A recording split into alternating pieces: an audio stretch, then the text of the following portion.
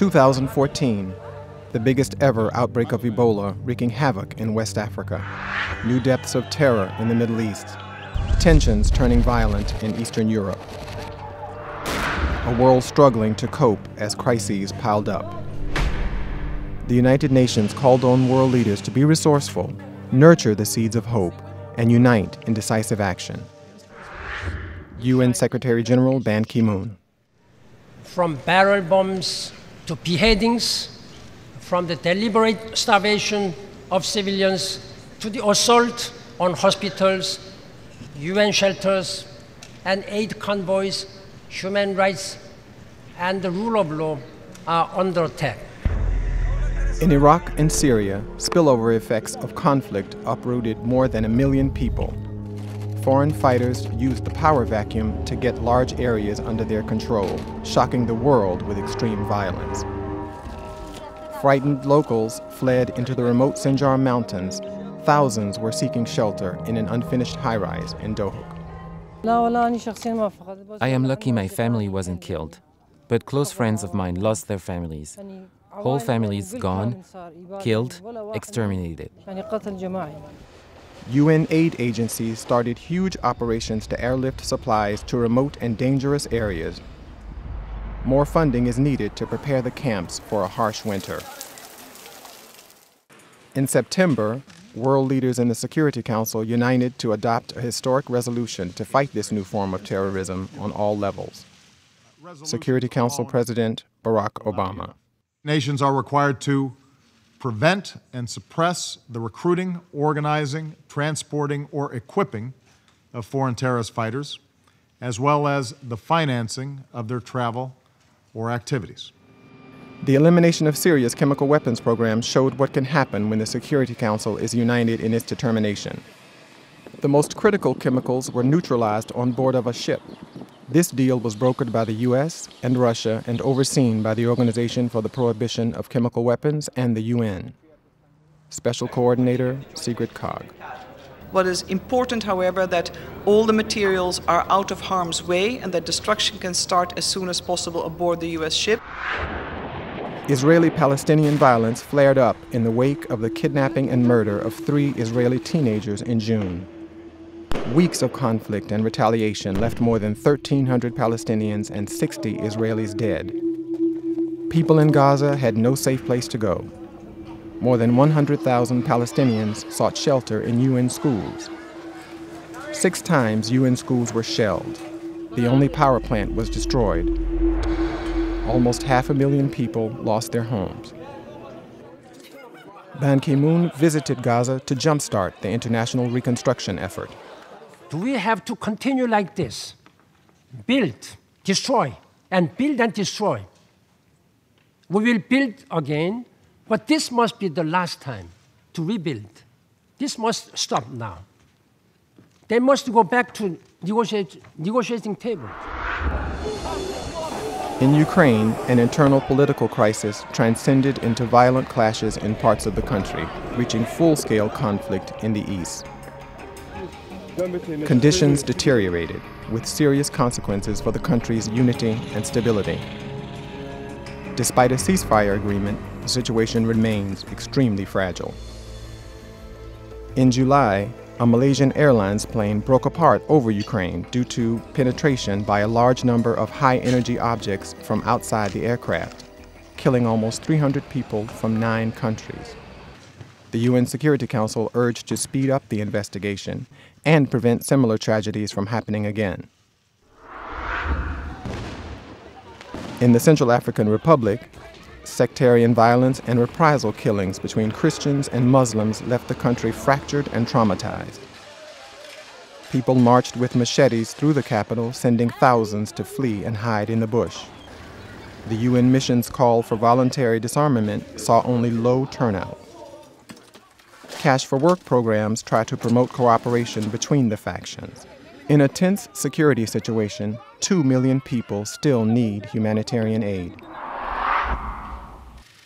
20 years after the genocide in Rwanda, the UN charts a new approach, putting people first by giving their human rights priority so that the world would not have to say again, never again. The Human Rights Upfront initiative aims to place human rights at the center of all efforts in the field. Since genocide takes a careful planning, we must be vigilant for the early warning signs of human rights violations that lead to wider conflict and mass atrocities. In South Sudan, the need for early action against human rights violations led to providing shelter for nearly 100,000 people at the UN bases.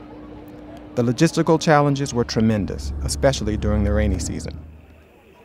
Peacekeeping clinics even had to deal with delivering babies. Security Council members traveled to South Sudan to urge the local leadership to engage in reconciliation, and left disappointed. U.S. Ambassador Samantha Power. Cessation of hostilities agreements have been agreed to, pieces of paper have been signed, but you know better than I do that the fighting continues, violations of the cessation of hostilities happen every day, people are still dying. In 2014, the world counted more than 50 million refugees, the highest number since the end of World War II, a population that would make up the 26th largest country on Earth. Host countries and the UN were challenged to provide life-saving supplies and hope for a future. Women and children often suffered the most. Malala Yousafzai, who later won the Nobel Peace Prize, visited Zartari camp in Jordan to promote more accessible education for all children. All have a dream. Some wants to become a doctor, some wants to become engineers, and some wants to become journalists. Afghanistan, still one of the biggest source countries for refugees, went through disputed presidential elections that ended in an agreement to form a government of national unity. Even with a fragile peace, conditions for civilians and peacekeepers alike remained dangerous. 4 UN colleagues were killed when the Taliban attacked a restaurant in Kabul.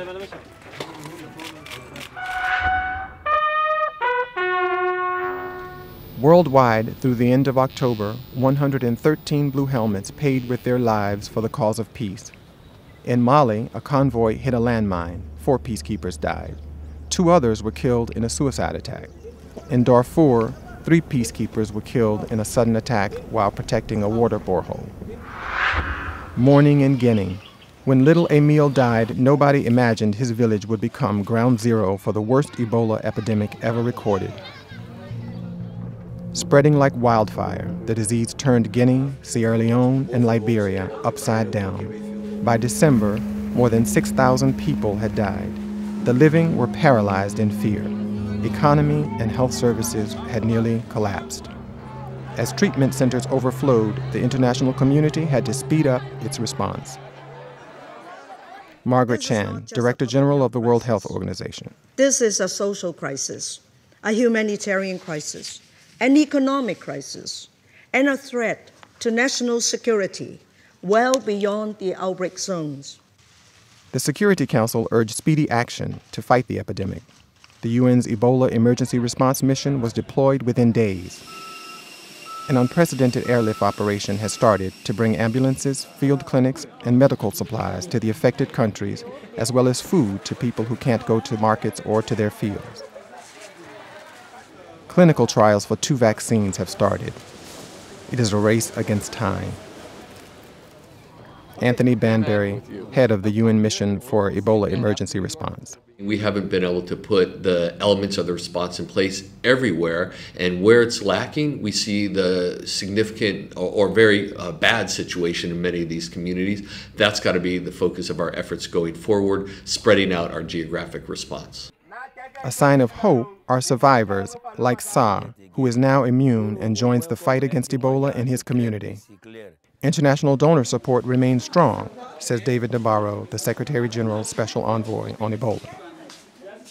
The extraordinary thing about this is that the whole world is willing to have a quick and successful response to this outbreak. Meanwhile, the Earth is sitting on thin ice. 2014 may set a record as the hottest year ever. Ban Ki-moon traveled to Greenland to inspect the status of Arctic glaciers and called for action to curb global temperature rise. In New York, 400,000 people, including world leaders and celebrities, marched for a cleaner, greener future. There is no plan B because we do not have Planet B. At the UN Climate Summit, 120 world leaders joined forces with business, finance, and energy leaders and heard an urgent plea from Leonardo DiCaprio. We are seeing extreme weather events and the West Antarctic and Greenland ice sheets melting at unprecedented rates, decades ahead of scientific projections. None of this is rhetoric, and none of it is hysteria. It is fact. Kathy Jetnell Kajenner from the Marshall Islands wrote a poem for her daughter. No one's drowning, baby. No one's moving. No one's losing their homeland. No one's becoming a climate change refugee. Or should I say, no one else. World leaders pledged action. French President François Hollande. C'est la conférence de Paris de 2015. It is the Paris Conference of 2015 that will make it possible to reach an ambitious global agreement so that we attain a carbon-neutral status, a greenhouse gas emission level that is compatible with absorption capacities for the globe. At the summit, over $200 billion of financial assets from the private sector were committed to move to greener investments.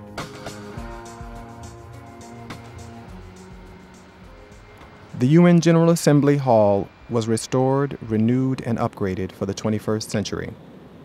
Now, on the eve of its 70th anniversary and amidst mounting challenges, the UN seeks to restore unity of purpose amongst its diverse membership. La pauvreté, la mortalité de l'enfant, global poverty, child mortality, and maternal death have been cut in half. More remains to be done. But these and other gains show the power of the Millennium Development Goals and what we can do when we work together.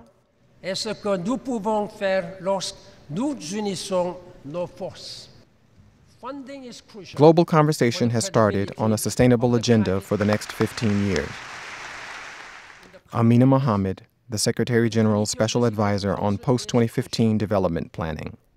By 2030, we can end poverty, we can transform lives, and we can find ways to protect the planet while doing that. Building a future we want includes ending the marginalization of indigenous people as projected at their First World Conference in New York. It includes climate change-resistant agriculture, like here in Samoa, access to sustainable energy for all, and access to toilets and sanitation for the billion people who have none.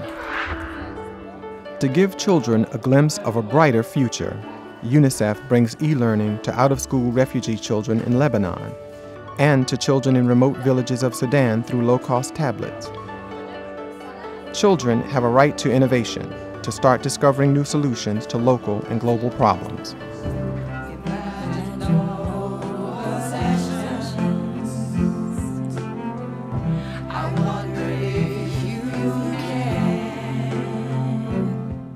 Celebrating the 25th anniversary of the Convention on the Rights of the Child, UNICEF reminded to imagine.